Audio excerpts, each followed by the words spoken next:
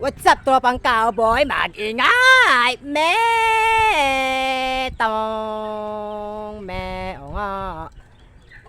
O nga po, makukulit ako. Naiinis na ako sa inyo, Isa pa. Talaga, isa pa, Isang-isa na lang. Huwag yung antay na mapraning ako. May mentionin ko kayo isa-isa. Sinasabi ko sa inyo, Ang galing nyo, hindi kasi kayo yung nasa kalagayan ko ngayon, So, maintindihan niyo, kulit nyo, Eto, tandaan nyo to, yung ginagawa nyo sa akin ngayon, Hindi ako maintindihan, Tandaan nyo to. Ikaw na lang nakunood. Alam mo sa sarili mo yan, Tandaan nyo to, Tandaan nyo to, mabuti, pakinggan nyo to, Saksing na sa taas. Kapag ako umangat, sinasabi ko sa inyo, lahat ng mga binitawang salita sa akin, lahat ng pangarap ko sana sa inyo, babaliwalain ko yan. Ang pagtutunan ko ng pansin, yung mga dapat pagtunan ng pansin. Kahit hindi ko mag-anak yan, mga basta solid na nagsishare ng mga content ko, silang pagtutunan ko ng pansin.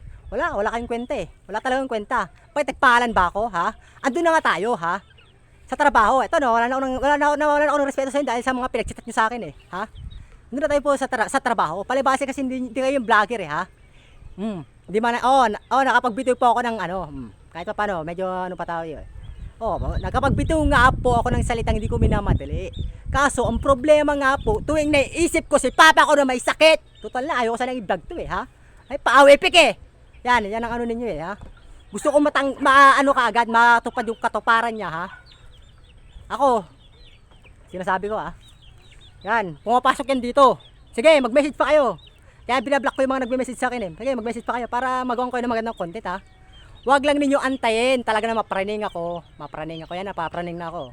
May mention ko kayo isa-isa. Sinasabi ko sa inyo, Hindi ko alam kung inggit kayo, Hindi ko alam kung suportado sa akin, Kamag-anak ko pa kayo. Buti pa hindi ko kamag-anak. Solid na sumusuporta sa akin.